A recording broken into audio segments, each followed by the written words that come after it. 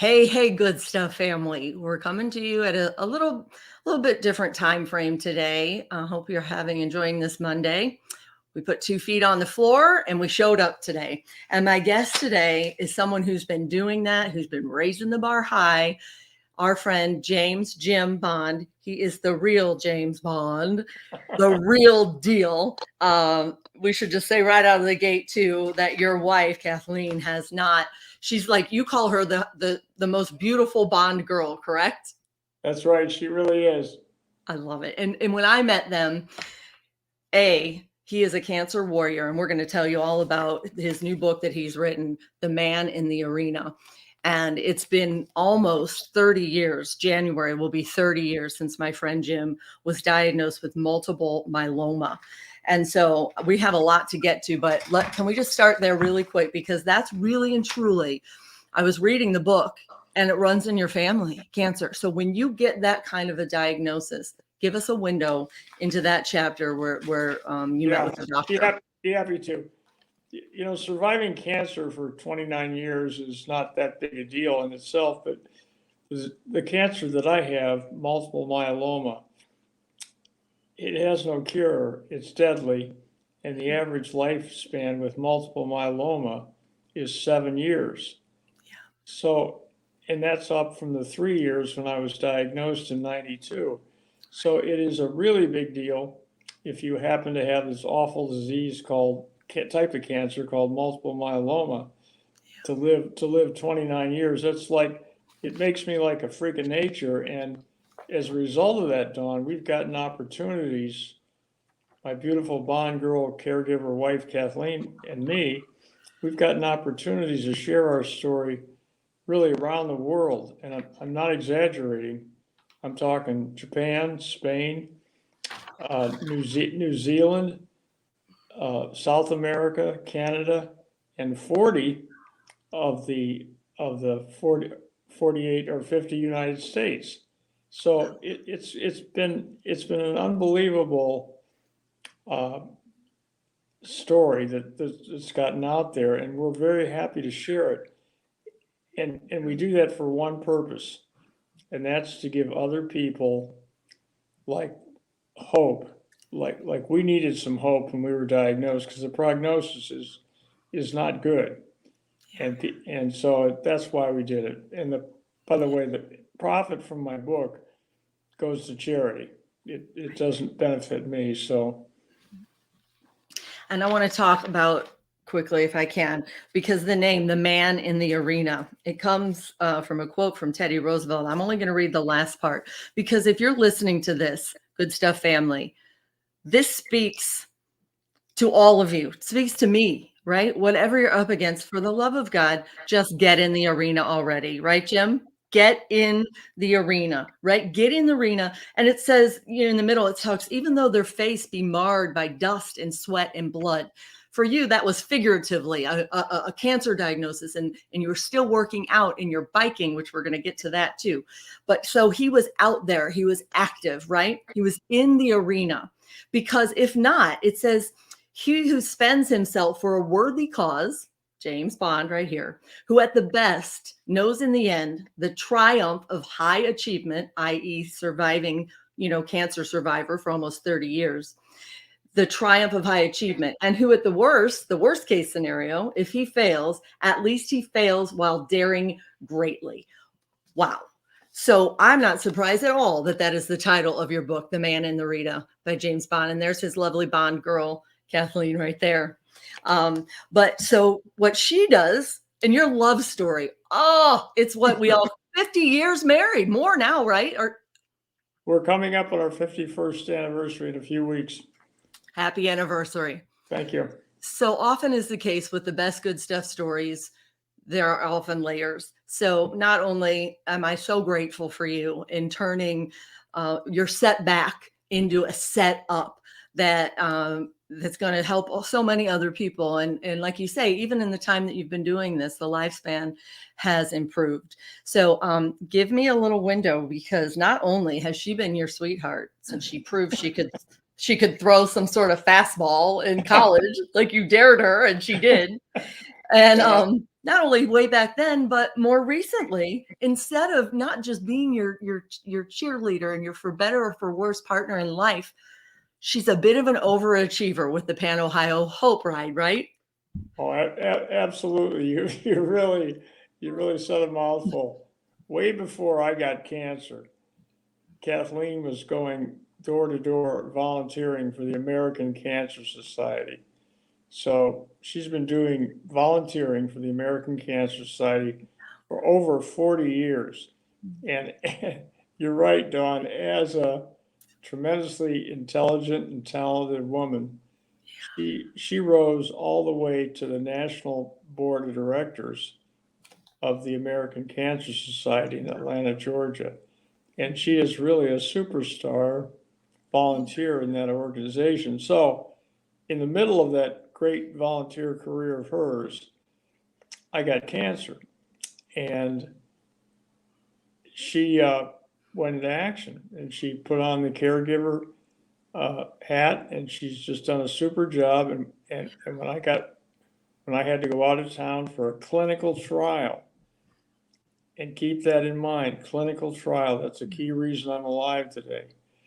While most of my work for cancer was done at University Hospitals of Cleveland, I had to leave town to get a special treatment that wasn't available here, experimental drug, in a clinical trial, and it worked. It led to a new drug that has helped hundreds of thousands of other myeloma patients around the world since it had such great results on me. Well, while we were out of town, completing the trial and realizing how lucky we were, Kathleen came up with this idea to raise awareness and money for Hope Lodges that the American Cancer Society operates and owns around the country. There are over 30 of them, 2 right here in Ohio, Right. one in Cleveland. And Kathleen's idea, this is a good example of how unstoppable she is. Her idea was to do a bike ride from Cleveland to Cincinnati, 328 miles in 4 days. And I said to her, I said, honey, great idea, but neither one of us even own a bicycle. We don't cycle. And That's a small detail when you're Exactly. like a overcomer like she is. Small Exactly, detail. exactly. So I watched her overcome obstacles for 2 years, and I was just not surprised because I've seen it before, but amazed that she put this thing together and she's ready to go. Yes. So I felt like I had to go out. I went out and bought a bike, talked to people that knew what they were doing, did my training. And as Dawn said, I believe passionately in daily exercise. So this fit right in. Yeah. And so I was ready to go. But before the event in 2007, the first year, Dawn was covering for one of the local TV channels. She was covering a fundraiser for another multiple myeloma group downtown Cleveland. And Dawn came up to our younger son, Bob, and said, Bob, I know a little bit about your dad's story. And do you really think that your father can cycle? He's got some issues, got some side effects, whatever I was taking. He's not a cyclist. Do you really think he can make it 4 days over 300 miles? Well, I got home, turned on the TV to hear Bob's answer to Dawn's question. And Bob said, well, he said, I don't know if my dad will make it all the way or not. But Bob said, I'll say this about my dad. When my dad says he's going to do something, he'll do it. So I still am tremendously touched by Bob's words. And I also felt a lot more pressure to do a decent job in a 300-mile bike ride. So I'll end. Before I do, I just want to say that with the help of our older son Jim, who is a cyclist, and Bob's wife, Stacy, who's a cyclist, they helped guide me all the way, and I made it all 328 miles, all 4 days, and I did the same thing for 12 consecutive years. Wow. And Wow. I'm very proud of that. So how many miles total? Do you have even a round figure? Well, I'd have to do the math, but the training is a lot more miles. It's a 10-week training period. It's a lot more miles than the 328 mile bike ride. But it really is about, it's not a race, it's a ride. It's about raising money so people can stay at these Hope Lodges because they're for free. Right. You stay there with a caregiver for free. And right now we've got a relative who's battling another form of cancer, not a blood relative, but an in-law down in Houston. And they just opened a brand new Hope Lodge. So there's a place where she could stay with a caregiver for free because she's your own relative. Yeah, so it's really a labor of love, and we welcome others to check us out, pohr.org.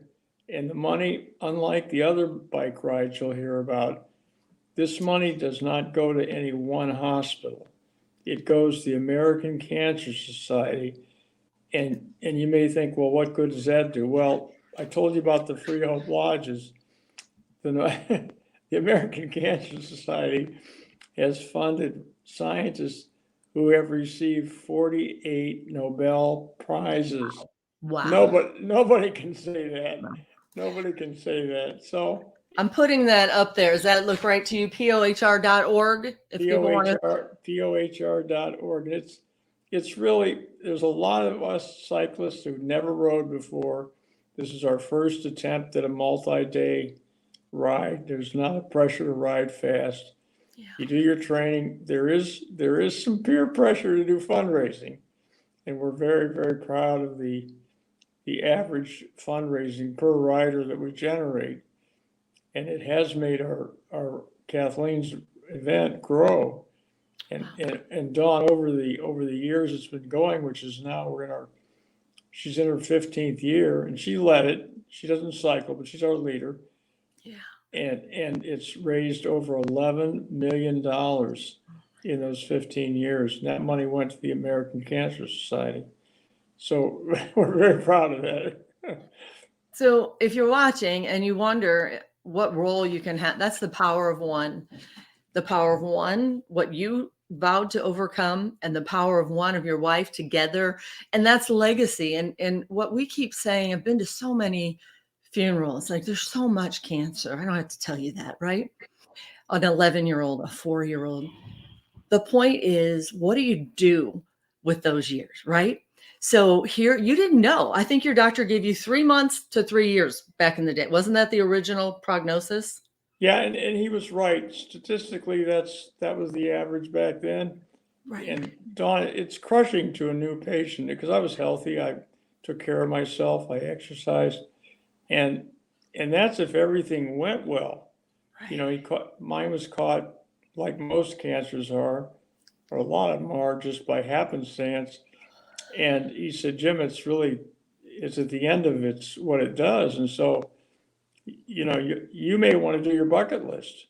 Yeah. And I'm in my early 40s. The kids both boys were in college, and we actually thought about that. And here's something that's in the book.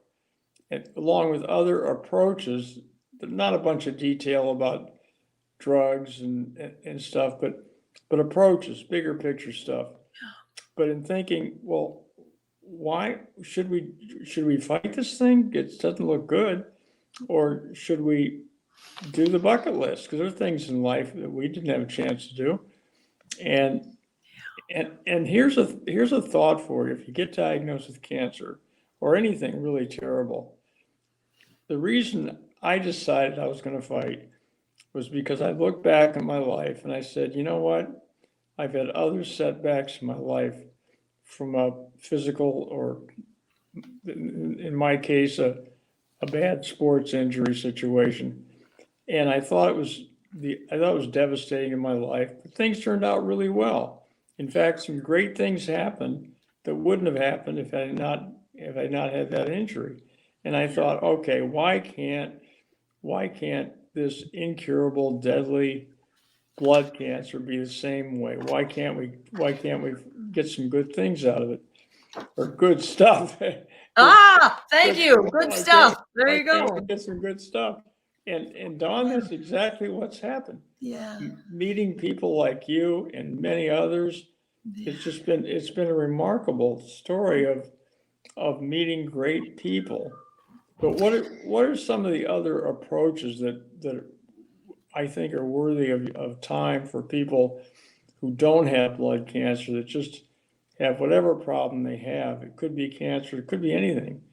And we've had people tell us this. We come back to a support group in one of these states around the country years later, and people will come up and say, you know, what you guys said, because we both speak, what you guys said about that rule that you developed.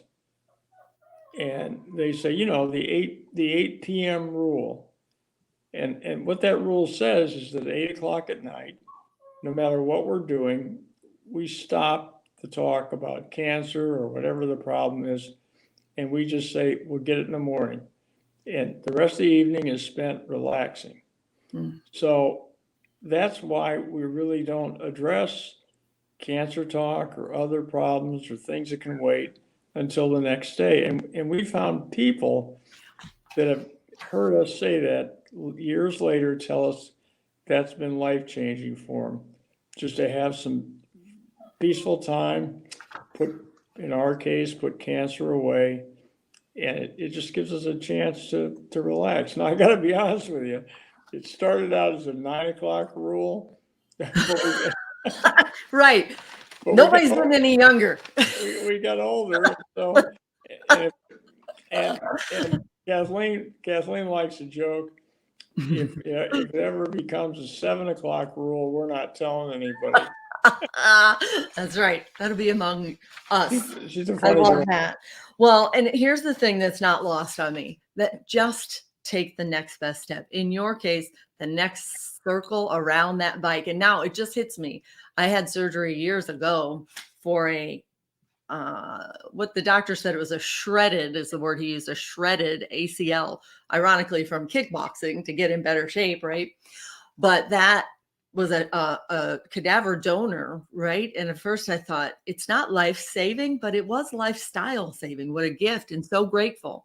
And the first time I made that first revolution around the bike, where you know that you're going to get full use of it back, tears. It was one of these things where I adopted immediately the mantra that I share ad nauseum with anyone who knows me. And I'll say it here because I know it applies to you. Patience, humility, gratitude, repeat. Patience, humility, gratitude, repeat. We say it all day long. And I can imagine you on that bike. It's got to be about gratitude. It's got to be. Well, absolutely. It's about helping others. It's about, a lot of our riders are riding in there because they used to be donors for me. And they said, you know what? Wow. If Jim can do this, in his condition, what the hell? So they've joined us. And that makes me feel really good that it's kind of a model for not giving up and being willing to pursue it. And really, one of the strong points we make is that we don't stop planning just because I've got an incurable deadly cancer. So what that it may interrupt those plans. We think it's been very, very helpful to continue planning and just, don't let it get in the way. The other thing is, a lot of people have heard our story or read the book and said, Jim, you're just lucky. And I got to tell you, to those people, I say, you are exactly right. I am a very, very lucky guy. But I will also say this, and it's not original, it's taken from someone else, but in order to give luck as best chance we can, we think of a golfer who's facing a very long putt across a very hilly green. And if that golfer, no matter how good he or she is, if they sink that in one stroke, of course there's luck involved. But the key is they've got to hit that ball hard enough to get it at least to the hole and thereby give luck a chance to happen. And we think that's what we've been doing and keep doing. We keep giving luck a better chance to happen. And I really think, in a way, by taking time to listen to Dawn's good stuff, as you listeners do, I think you're helping yourself have more good stuff happen to you by taking time out to hear how other people have been blessed with some good stuff. Because that is the theme, the recurring theme here is just take the next best step. And every time I say it, I'm speaking to myself first, right? Life is so full of curveballs, especially now. Hey, I want to show you really quickly. Let's hope I don't. Look, what is your good stuff story? I realized that word was hidden most of this interview. What is your good stuff story? What is it, y'all? If you're listening, what is it? How can you make it count? Like starting today. Again, I'm speaking to myself. We put 2 feet on the floor and I pray, Father God, order my steps. Sometimes I won't make it past the Keurig machine, right? But I just ask him that he opens wide the doors that need to be opened, close tightly the doors that need to be closed. I pray for discernment and I say, thank you for the blessings already on their way. Amen. And a lot of that inspiration. Yeah. I'd like to end with a more common Cleveland story. Okay. For our local, I was driving my car back from work after my first major cancer procedure. In my case, it's called a bone marrow transplant. And I've had 4 of them over the years. But I was coming back from my first one, and I was in remission, and I was doing good. I was feeling good. But Kathleen was not. Kathleen's nerves were frazzled. She was not herself because she had been in there fighting with me every day and handling so much of the research and insurance and that stuff. Right. And now I'm sailing. So she's a mess. Until this one day I'm driving home from work and I got blindsided. A woman crashed a red light and T-boned my car. And right in downtown Cleveland, Ontario and 9th, by our new stadium before it was built. So I was okay, but the car was a wreck. So I called Kathleen, told her what was going on, and she went hysterical. And she said, "What? How could you possibly get in an accident after all we've been through?" And I just let her go because, it was, and she finally caught herself and she realized, hey, look, this can happen. Something can happen to any of us at any time. It's got nothing to do with cancer or whatever's ailing you. And so that really is, and that happened to be a pink Buick that crashed through that light. So that's our pink Buick story. And that reminds us that, it's don't get too focused on all the little readings and labs and this and that, because it can happen to anybody at any time. Amen. That's it. You just spoke the whole mission and mantra and purpose of the Good Stuff Family Stories today. Just today is a gift. And I'm looking at some people who are filtering in. My friend Chris Jerry. Look up that story. Look up the Emily Jerry Foundation. And ironically, if you're still listening, Chris, I know that a couple of years ago, here he has this amazing foundation. He's on this quest for 0 human error in the hospitals, right? And in the name of his daughter, Emily. And here he is just driving through a stoplight. He had the right of way, and a huge dump truck, like a cement type truck or a big truck. I'm going to go with dump truck.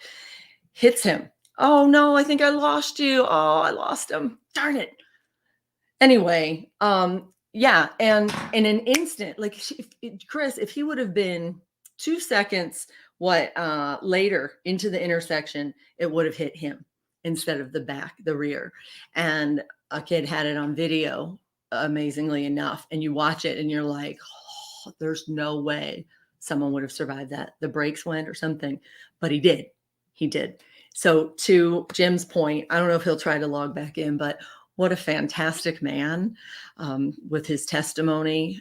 Now you even got Christopher Jerry's. Again, look up the Emily Jerry Foundation if you need some inspiration. You know what? What do you have to work with today? 2 feet on the floor and full speed ahead, right? Even 1 hour at a time. That's the message. That's the message. So if you get an opportunity, The Man in the Arena, I ordered it online. There's his lovely bride, James Bond, the real James Bond. Here's his email too, jimbond48@gmail.com if you want to give him a shout out. But that's Kathleen too, and she was here in spirit. She couldn't make it today, but there she is. That's also an inspiration for all of us. 50 years, coming up on 51 years married, for better or for worse, till death do us part. And they are overachievers. So thanks for spending some time with us. Jan, I see that you're in here. Thank you for being such a faithful member of the Good Stuff family. Oh, hey, I see Teresa Oliveri's in there too. Right. Okay, good. Well, thank you so much, you guys. I'm so grateful for you. And I know that we can do good things. Together we can, together we will, because God weaves. And let's watch him work. God bless you.